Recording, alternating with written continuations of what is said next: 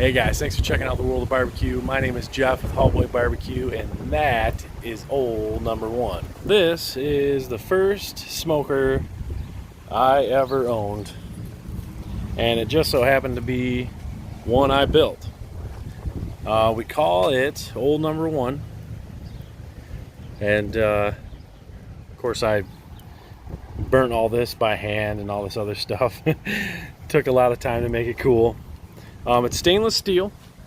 For those of you who know anything about University of Michigan, this was a steam cooker from Pioneer High School. So actually right across the street from the big house. Pioneer High School is a high school for the Ann Arbor area. So yeah, so it's all stainless steel. A neighbor of mine texted me one day and said, "Hey man, we're moving, we don't want to lug this thing around anymore, do you want it?" And it was just the cabinet, okay? Didn't have a hole right here, didn't have the diamond plate on it, just the cabinet. So I said, yeah, I'm gonna try and make a smoker out of it. Growing up, my dad would smoke meat and stuff, but it wasn't ever anything like barbecue.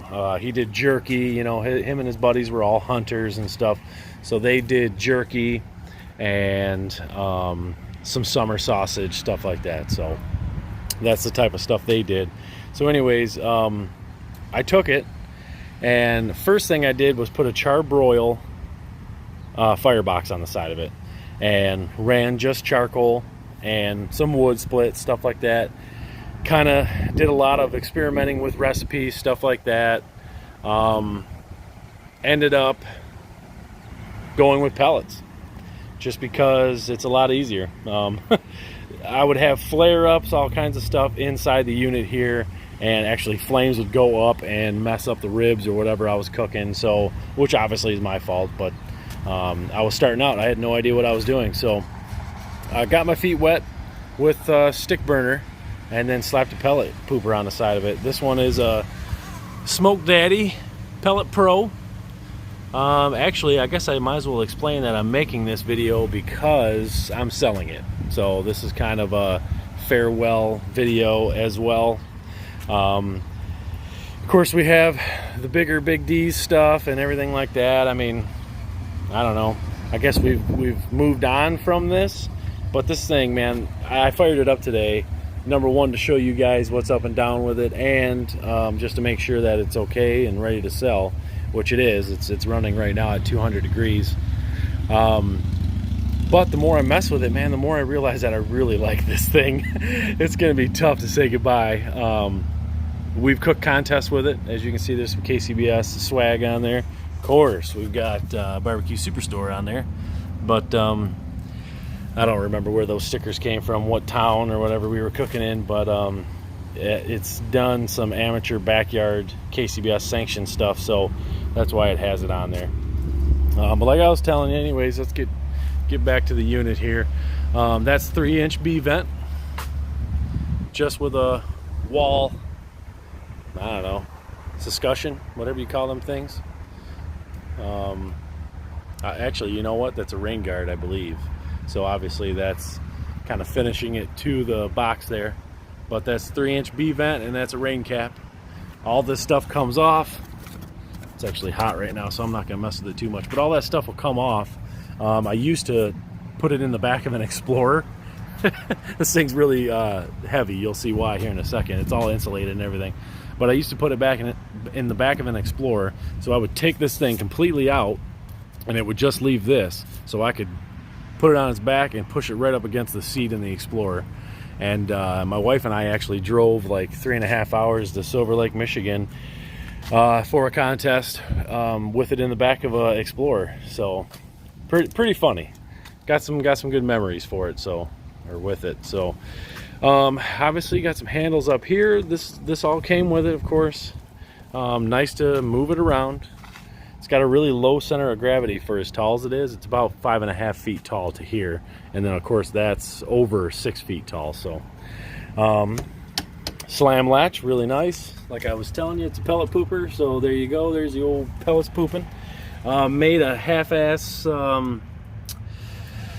Sorry for the kids watching, sorry for the language, but made a halfway kind of decent heat guard right there, so that actually worked really well, never had a problem with it.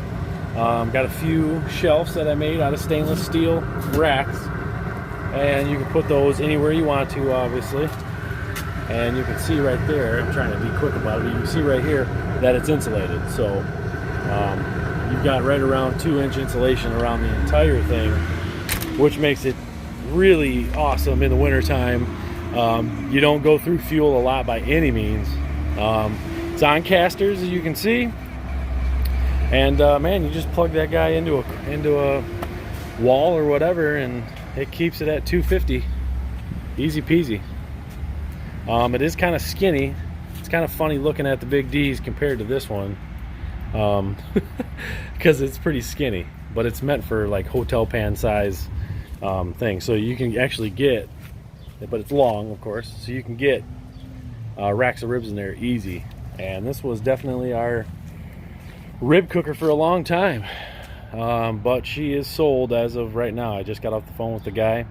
Like I was telling you, my dad was into jerky and smoking summer sausage, stuff like that, because they were hunters, and one of my dad's best friend's son is going to buy it, so it's actually going to stay in that circle, which makes me very happy. So, but we call her old number one. It's been sitting in the garage for a while. You can see this patch right here that I put on there, stainless steel patch. This is all stuff that I would get from work, doing refrigeration and heating and cooling, just demoing places and stuff like that. I was able to get my hands on some stainless steel sheets and stuff, so that's how I was able to get a hold of that. But that's there because the firebox actually took up a lot more than the pellet pooper does. Excuse me. Those of you who ever put a Smoke Daddy on something, or maybe there's other brands out there, but it's only like a, gosh, I don't know, 3-inch by 3-inch. It's this. It's that box right there you see, and you can see some patches right there. I actually had to customize that as well and make it to where it's shorter and in the middle of the box here. So stainless steel patch down here because there was a hot plate down there. Controls used to be right here, and took some more stainless steel, cut it all up. It's actually got a little drip edge on it. It needs some weather stripping. That's all I used for gasket. So, and then right up there is where the heat leaves the cabinet. Heat and smoke. Man, it did a really good job. It cooked some good ribs. We took 3rd place at Great Lakes Barbecue Association Rib Burn 2 or 3 years ago. 3 years ago. So, and then we took 1st place with a drum a year later. So we've done really well there. Of course, if you watch any of the videos this year, we've been getting our butt kicked. So maybe I need to go back to this thing, but it's a little too late, huh? So anyways, this is old number one, guys. We are saying goodbye to it today. And yeah, a little heavy-hearted. A little heavy-hearted watching this guy go. But like I said, it's staying in the family, so I guess if I ever wanted to use it again or what the heck ever, I can definitely go see it. So anyways, guys, enjoy the rest of your week. Enjoy the rest of your weekend, and make sure to go to the barbecuesuperstore.com for all your barbecue needs. How about that? I even got a little visual there for you. Yeah, thanks to Big D's. There they are. There you go. There's another one, huh? Thanks to Big D's. Thanks Flame Boss. Thanks Adrian Sign Shop. Thanks Monahan Meats. Thanks all these folks that keep Hallboy Barbecue rocking and rolling. And we're able to do some videos like this one for you guys. Enjoy the rest of your Sunday. Enjoy the rest of your week. I'll see you guys next week.